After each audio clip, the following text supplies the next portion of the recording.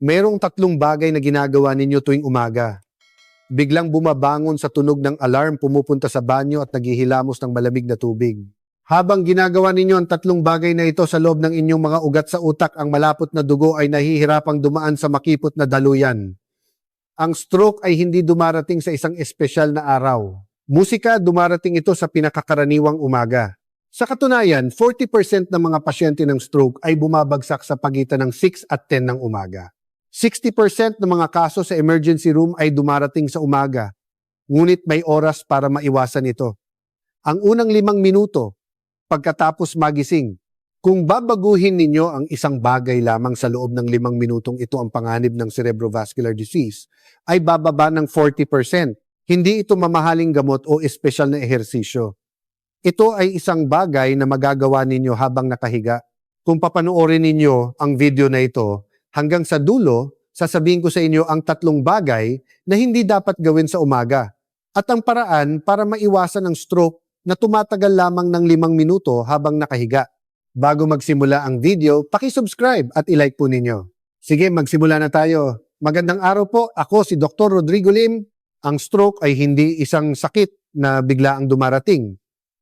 Ito ay resulta ng mga naipon sa loob ng maraming taon na bigla na lang sumasabog isang umaga. Ikwento ko muna ang nangyari kay Lola Elena, isang 70 taong gulang mula sa Cebu.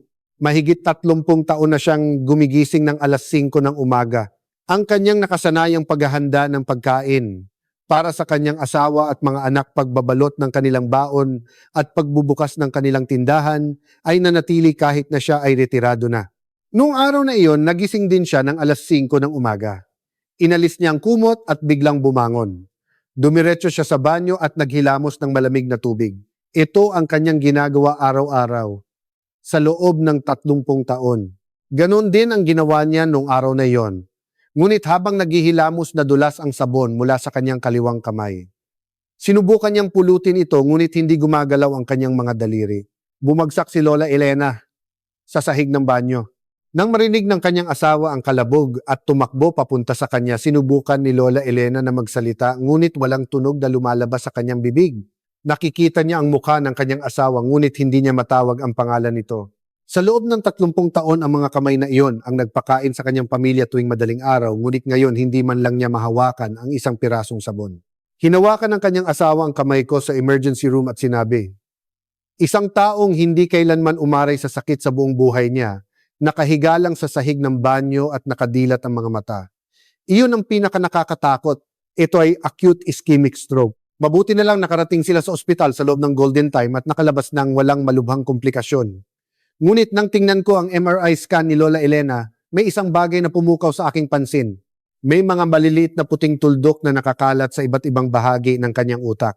Nangangahulugan ito na unti-unti nang nagbabara ang maliliit na ugat sa loob ng mahabang panahon. Hindi biglaang bumagsak si Lola Elena noong araw na iyon. Ang stroke ay matagal nang nabubuo sa loob ng maraming taon. Isipin ninyo ang isang lumang tubo ng tubig. Sa labas mukha itong maayos, ngunit sa loob may mga patong-patong na kalawang. Unti-unting humihina ang daloy ng tubig hanggang sa isang araw ito ay tuluyang magbara. Bago ito magbara, wala kang mararamdamang anumang sintomas. Ang mga puting tuldok na nakikita sa MRI ay ang kalawang na iyon. Ang mga puting tuldok na ito ay natatagpuan sa isa sa bawat 4 na taong may edad na 60 pataas. Isa sa bawat 4 na tao. Depende sa kung saan lumitaw ang mga tuldok na ito, iba-iba ang sintomas. Kung ito ay lilitaw malapit sa hippocampus na responsable sa memorya, hindi mo maalala ang mga pangalan at nakakalimutan mo ang mga bagay na kakagawa mo lang. Kung ito ay nasa frontal lobe na responsable sa pagpapasya, bumabagal ang iyong pananalita at nahihirapan kang magdesisyon. Maraming tao ang nagsasabi, hindi ba't ganyan talaga kapag tumatanda at binabaliwala ito? Kayo ba? Nakaranas na ba kayo na biglang hindi maalala ang pangalan ng isang tao o pumasok sa isang silid at nakalimutan kung ano ang gagawin ninyo roon?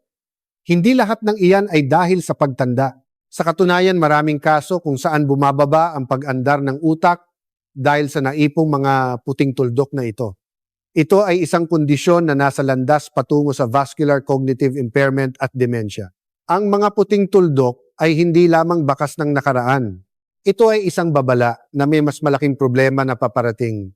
Maaaring iniisip ninyo, kung may mga puting tuldok na huli na ba ang lahat, may oras pa para gumawa ng paraan. Kung ito ay isang sakit na bigla ang dumarating na parang kidlat, wala tayong magagawa. Ngunit ang stroke ay dahan-dahang nabubuo sa loob ng mahabang panahon. Habang ito ay nabubuo, may pagkakataon pang baligtarin ito. Bakit kaya bumagsak si Lola Elena noong umagang iyon? Sa loob ng 30 taon, pareho ang kanyang ginagawa tuwing umaga. Bakit sa araw na iyon pa nangyari? Noong umagang iyon, 3 bagay ang sabay-sabay na nangyari sa kanyang katawan.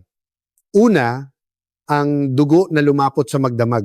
Habang natutulog, nawawalan tayo ng tubig kaya't nagiging konsentrado ang ating dugo.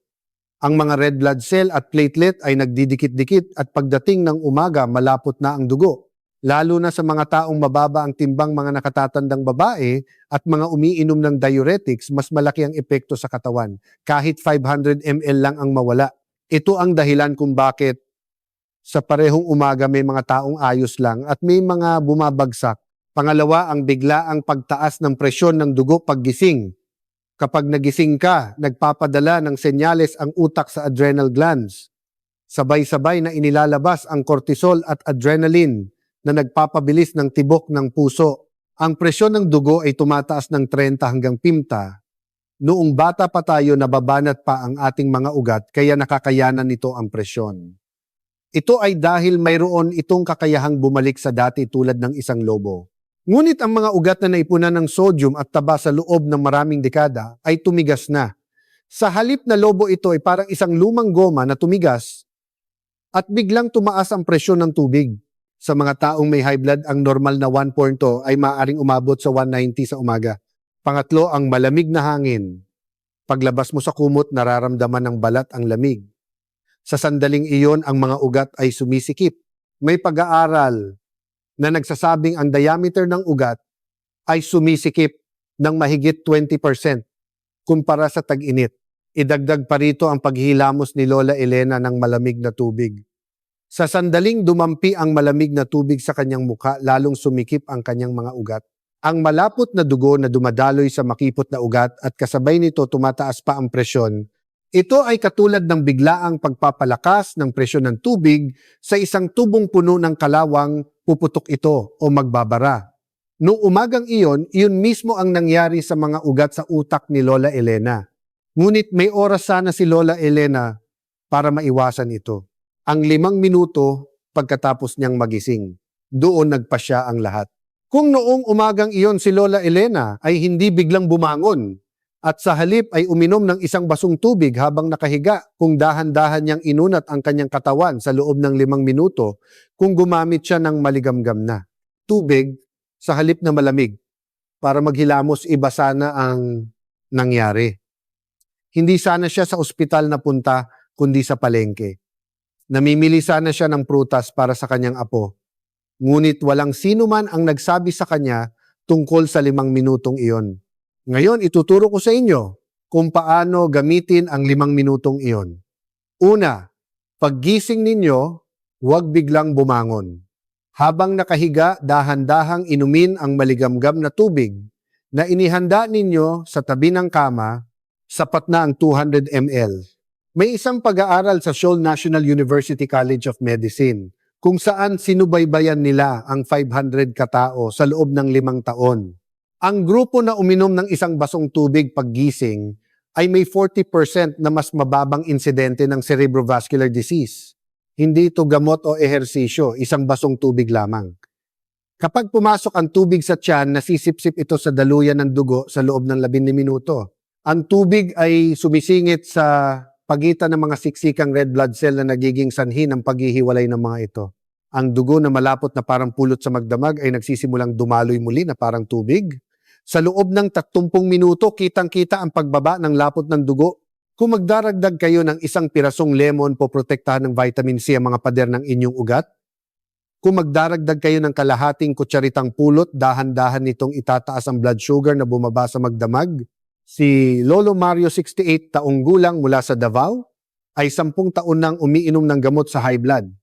Kahit palitan ang gamot o taasan ang dosis, hindi bumababa sa 150 ang kanyang presyon ng dugo sa umaga. Araw-araw mabigat ang kanyang ulo at manhid ang dulo ng kanyang mga daliri.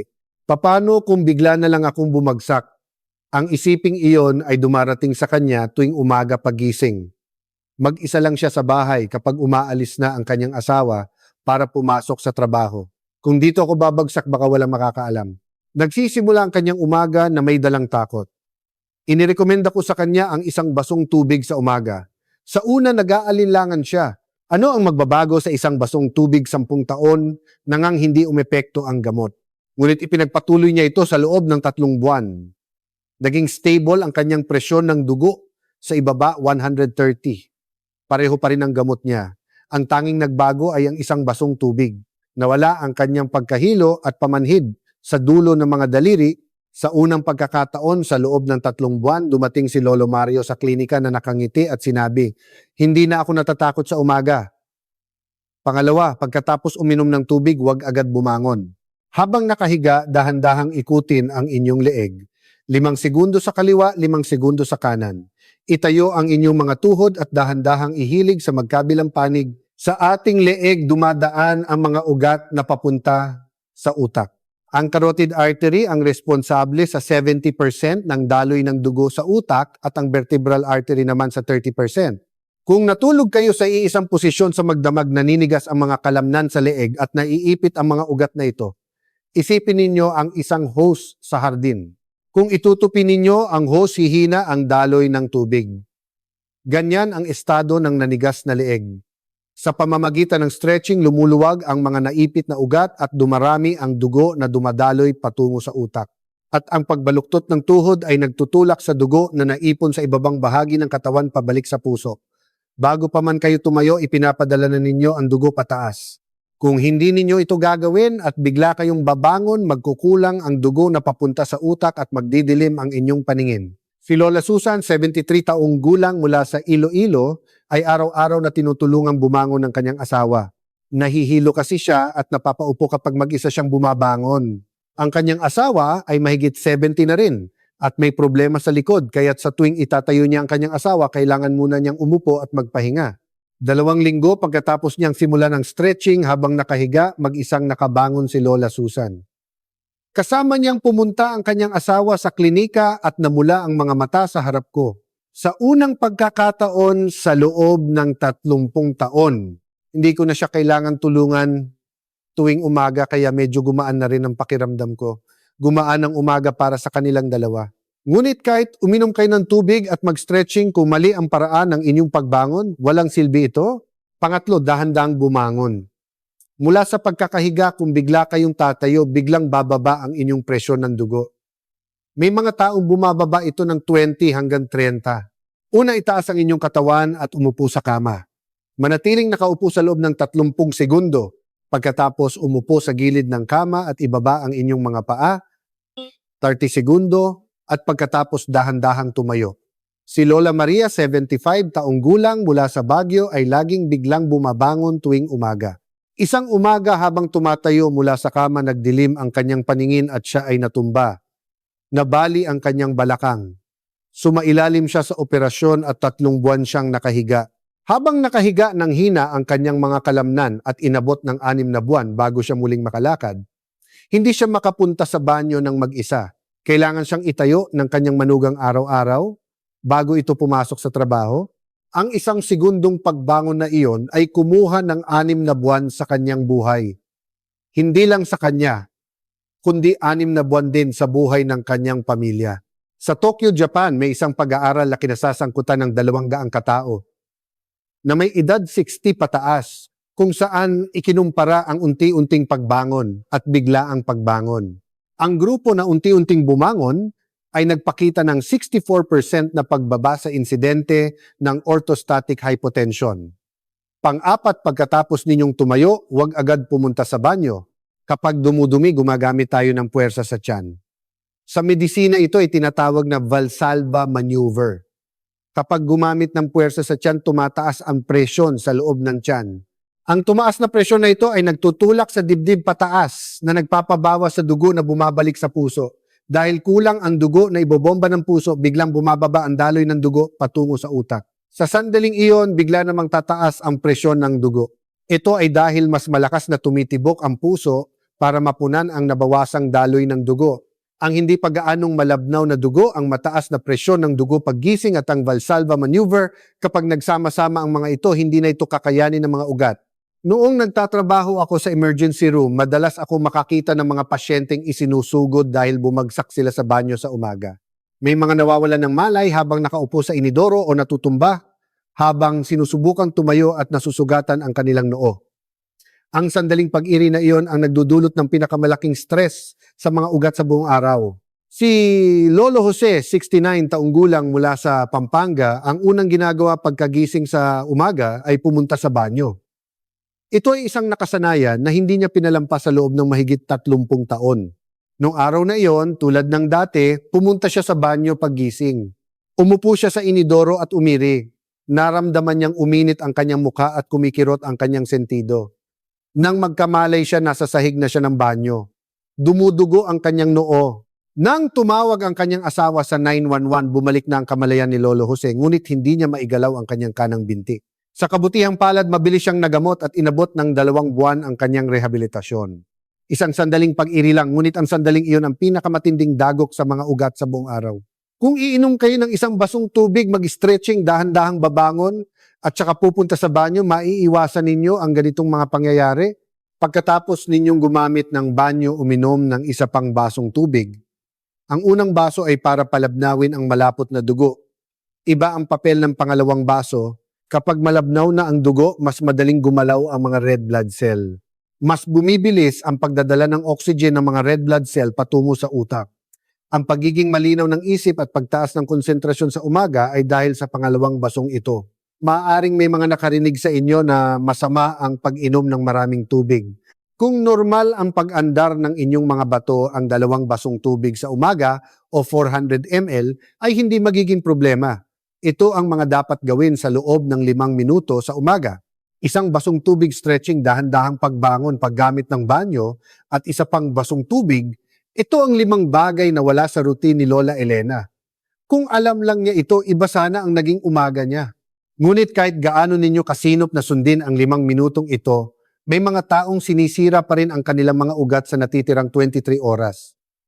Balikan natin ang isang araw sa buhay ni Lola Elena. Sa umaga, kumakain siya ng kanin na may sabaw at ang kanyang ulam ay mga pagkaing maalat tulad ng tuyo o bagoong.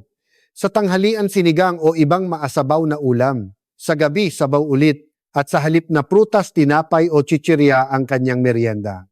Hindi lang si Lola Elena ang ganito. Kung titingnan natin ang ating mga hapagkainan, bawat kainan ay may kasamang sodium.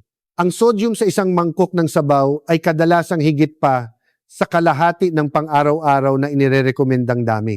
Ang isang mangkok ng sinigang ay maaaring maglaman ng sodium na higit sa 2,000 mg at ang maalat na adobo ay maaaring umabot sa 2,500 mg. Ang World Health Organization ay nagre-rekomenda ng 2,000 mg lamang, kaya isang ulam pa lang sobra na. Ang sodium ay nagpapataas ng presyon ng dugo at direktang nakakasira sa mga pader ng ugat. Kapag mataas ang sodium, namamaga ang panloob na pader ng mga ugat. Nagkakaroon ng mga siwang sa pagitan ng mga namamagang pader at sa mga siwang na ito nagsisimulang maipon ng taba. Ito ang simula ng proseso ng paninikip ng mga ugat. Kahit uminom kayo ng isang basong tubig sa umaga, kung kakain kayo ng kanin na may sabaw, nawawala ang epekto nito. Kainin ninyo ang kalahati lang ng sabaw. Iyan pa lang ay malaki na ang mababawas sa inyong sodium intake. Mabuti ring bawasan ang pagkain ng pulang karne. Ang saturated fat na nasa baka at baboy ay naiipon sa mga pader ng ugat. Ibig sabihin ba kailangan kong itigil ang pagkain ng masasarap tulad ng liempo, ribs at steak? Hindi naman. Ang sinasabi ko lang ay subukang palitan ito ng isda 2 o 3 beses sa isang linggo. Sa ibang araw, maaari pa rin ninyong kainin ang dati ninyong kinakain. Ang mga isda tulad ng tuna, galunggong at tulingan. Ang omega-3 fatty acid sa mga isdang ito ay pumipigil sa pagdidikit-dikit ng mga platelet. Para makabuo ng pamumuo ng dugo, kailangan magdikit-dikit ang mga platelet. Ang omega-3 ay sumisingit sa pagitan ng mga platelet na ito para hindi sila magkadikit. Kasabay nito, unti-unti nitong tinutunaw ang mga dumi na nakadikit sa pader ng mga ugat. Kapag kinakalawang ang tubo, nilalagyan ninyo ito ng panlinis para matunaw ang kalawang. Ang mga isdang ito ang natural na panlinis para sa inyong mga ugat. Hindi ito kasing tapang ng mga kemikal. Ngunit kung araw-araw itong unti-unting padadaluyin, mas mabilis ang pag-alis ng dumi kaysa sa pag-ipon nito. Sapat na ang kalahating piraso ng isda 3 beses sa isang linggo. Maaari itong ihawin isahog sa sinigang o kahit delata. Ang omega-3 ay naroon pa rin. Kung sa 8 sa 10 kainan, ay pipiliin ninyo ang diet na makakabuti sa ugat at sa natitirang 2 ay kakainin ninyo ang gusto ninyo, hindi kailangang maging perpekto. Ngunit hindi sapat ang pagkain lamang. Kung binawasan ninyo ang pumapasok, kailangan ninyong dagdagan ang lumalabas. Kailangan ninyong maglakad. Kapag naglalakad ang mga kalamnan sa binti ay umuurong at lumuluwag. Ang pag-urong na ito ay pumipiga sa mga ugat sa binti. Ang naipong dugo ay naitutulak pa itaas pabalik sa puso. Ang puso naman ay ipinapadala ang dugong natanggap nito pabalik sa utak. Kung uulitin ninyo ito, magkakaroon ng pagbabago sa panloob na pader ng inyong mga ugat. Naglalabas ito ng isang sangkap na tinatawag na nitric oxide na nagpapalambot sa mga ugat. Ang mga tumitigas na ugat ay muling nagiging elastiko. Ang ginagawa ng gamot ay ginagawa na rin ng paglalakad. May isang pag-aaral na nagsasabing bumababa ng 40% ang panganib ng cerebrovascular disease. Ang ibig sabihin nito ay babalik ang mga ordinaryong bagay tulad ng hindi na kailangang humawak sa hawakan kapag umaakyat ng hagdan at pag-alala kung ano ang bibilhin kapag nasa grocery. Ang mga bagay na ito ay nagbago hindi dahil sa gamot, kundi dahil sa paglalakad. Inirekomenda ko kay Lolo Mario ang isang basong tubig at 30 minutong paglalakad araw-araw. Sa simula kahit 10 minuto ay nahihirapan na siya. Pagkatapos maglakad papunta sa kalapit na tindahan, hinihingal siya at kailangan tumayo at magpahinga ng matagal, ngunit hindi siya sumuko. Ginawa niyang 20 minuto ang 10 minuto at 30 minuto ang 20 minuto. Naging routine niya ang pag-ikot sa parke sa umaga at paglalakad papunta sa grocery sa hapon. Sa 3 buwan, iba ang ekspresyon ni Lolo Mario nang buksan niya ang pinto ng klinika. Dok, hindi na ako hinihingal kapag umaakyat ng hagdan. Dati kahit sa 2 palapag lang hinihingal na ako. Nang suriin ko siya, bumuti ang pagiging elastiko ng kanyang mga ugat. 1 basong tubig at 30 minutong paglalakad. Ang 2 bagay na ito ang lumikha ng pagbabago. Hindi ninyo kailangan tumakbo. Sapat na ang pag-ikot sa inyong lugar o paglalakad papunta sa palengke. Kung umuulan, kahit mag-marching in place lang sa loob ng bahay sa loob ng 30 minuto, ang mahalaga ay hindi ang haba ng paglalakad kundi ang paglalakad araw-araw. May isang tip, kung maglalakad kayo 30 minuto pagkatapos kumain, may epekto rin ito sa pagkontrol ng blood sugar. Tumaas ang blood sugar pagkatapos kumain at kung maglalakad kayo sa oras na iyon, gagamitin ng mga kalamnan ang blood sugar na nagpapabawas sa bigat sa mga ugat at panatilihin ang regular na oras ng pagkain. Kung kakain kayo ng almusal, tanghalian at hapunan, sa halos parehong oras araw-araw, mananatiling stable ang inyong blood sugar. Kung pabago-bago ang oras ng inyong pagkain, ang blood sugar ay tataas at bababa na nag-iiwan ng maliliit na sugat sa loob ng mga ugat. Tubig, paglalakad, pagkain. Sa maghapon, mapoprotektahan ninyo ang inyong sarili sa pamamagitan ng 3 bagay na ito. Ngayon, kahit gaano ninyo kaingat na alagaan ang inyong sarili sa maghapon, may mga taong sinisira ito sa gabi. Ang oras lamang na nakakabawi ang mga ugat ay habang natutulog. Alalahanin ninyo noong bata pa kayo. Pagsapit ng 10:00 ng gabi, kusa nang pumipikit ang inyong mga mata. Malamang ay nakakatulog kayo ng mahimbing hanggang umaga nang hindi nagigising. Noon, hindi problema ang pagtulog. Ngunit ngayon, iba na. Madalas kayong magising sa gabi at mabigat ang ulo pagkagising sa umaga. Ang dahilan ay isang hormone na tinatawag na melatonin. Sa pagitan ng 10:00 ng gabi at 2:00 ng madaling araw, inilalabas ang hormone na ito na nagpapabawas sa pamamaga sa loob ng mga ugat at nag-aayos sa mga nasirang selula sa maghapon. Habang tumatanda, nababawasan ang melatonin na ito. Pagsapit ng edad na 65, katumbas na lamang ito ng 1/3 ng antas noong 20s. Kung meron kang 3 trabahador, dati ngayon, 1 na lang ang natitira. Kailangan ninyong siguraduhin na ang natitirang 1 trabahador ay makakapagtrabaho ng maayos. Kailangan ninyong matulog ng hindi bababa sa 7 oras para makumpleto ang pag-aayos na ito. May mga ulat na nagsasabing tumataas ang panganib ng high blood at stroke sa mga taong natutulog ng mas mababa sa 7 oras. Kung kulang sa tulog, darating ang umaga bago pa man matapos ang pag-aayos. Bago pa man gumaling ang sugat kahapon, magkakaroon na naman ng bagong sugat ngayon. Kung ito ay mauulit, unti-unting hihina, sisikip at titigas ang mga pader ng ugat. Ngunit maraming tao ang tumitingin sa kanilang mga cellphone bago matulog. Ang blue light mula sa screen ay humahadlang sa paglabas ng melatonin para na ring umuwi ang trabahador bago pa man makarating sa pintuan. 1 oras bago matulog, ibaba na ang inyong mga gadgets. Sa halip magbasa ng magaan na libro o makipag-usap sa inyong asawa, mas mainam kung medyo malamig ang inyong silid tulugan sa pagitan ng 18 at 20 degrees Celsius. Ang ating katawan ay kailangang bahagyang bumaba ang temperatura kapag natutulog. Kung mainit ang silid, mas mahirap makatulog. Uminom lamang ng kape bago mag-alas 2 ng hapon. Inaabot ng 6 hanggang 8 oras bago mawala ang caffeine sa katawan. Ang kape na ininom ninyo ng alas 3 ng hapon ay nananatili pa rin sa inyong katawan hanggang alas 11 ng gabi. Kaya natural lang na hindi kayo makatulog. Kung kailangan ninyo talaga ng kape, inumin ito sa umaga lamang at palitan ito ng barley tea o tubig sa hapon. Sa loob ng 7 oras na iyon, kusang gagaling ang inyong mga ugat. Ang epekto ng pag-inom ng tubig at paglalakad sa maghapon ay nakukumpleto sa pamamagitan ng pagtulog sa gabi. Mayroon kayong 2 uri ng umaga sa inyong harapan. Ang isa ay walang babaguhin. Bukas bigla pa rin kayong babangon, maghihilamos ng malamig na tubig at didiretso sa banyo. Isa-isang magbabara ang maliliit na ugat, dadami ang puting tuldok mula 5 hanggang 10 at isang umaga hindi ninyo maitaas ang isang braso, hindi ninyo mahawakan ang kutsara, hindi maintindihan ng inyong pamilya ang mga salitang lumalabas sa inyong bibig. Kahit tumawag kayo sa 911, hindi ninyo masabi ang inyong address.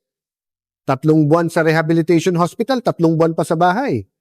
Sa panahong iyon, titigil sa trabaho ang inyong anak para alagaan kayo. Magbabago ang buhay ng buong pamilya. Ang isa pa ay, may isang bagay lang na babaguhin bukas ng umaga. Bago matulog, maglagay ng 1 basong tubig sa tabi ng inyong kama. Bukas ng umaga, paggising ninyo, iyon ang unang inumin. Iyon ang simula. Si Lola Elena, pagkatapos makalabas ng ospital, ay sinimulan din ang gawaing ito. Sa una, 1 basong tubig lang. Gabi-gabi naglalagay siya ng 1 basong tubig sa tabi ng kama. Pagising niya, pinipigilan niya ang 30 taong nakasanayang bigla ang pagbangon at umiinom muna ng tubig. Pagkatapos ng 3 buwan, nagsimulang maging stable ang kanyang presyon ng dugo. Nawala ang kanyang pagkahilo sa umaga. Sa huling check-up, tahimik na sinabi ng kanyang asawa, "Ngayon hindi na ako nag-aalala kahit magising siya sa madaling araw.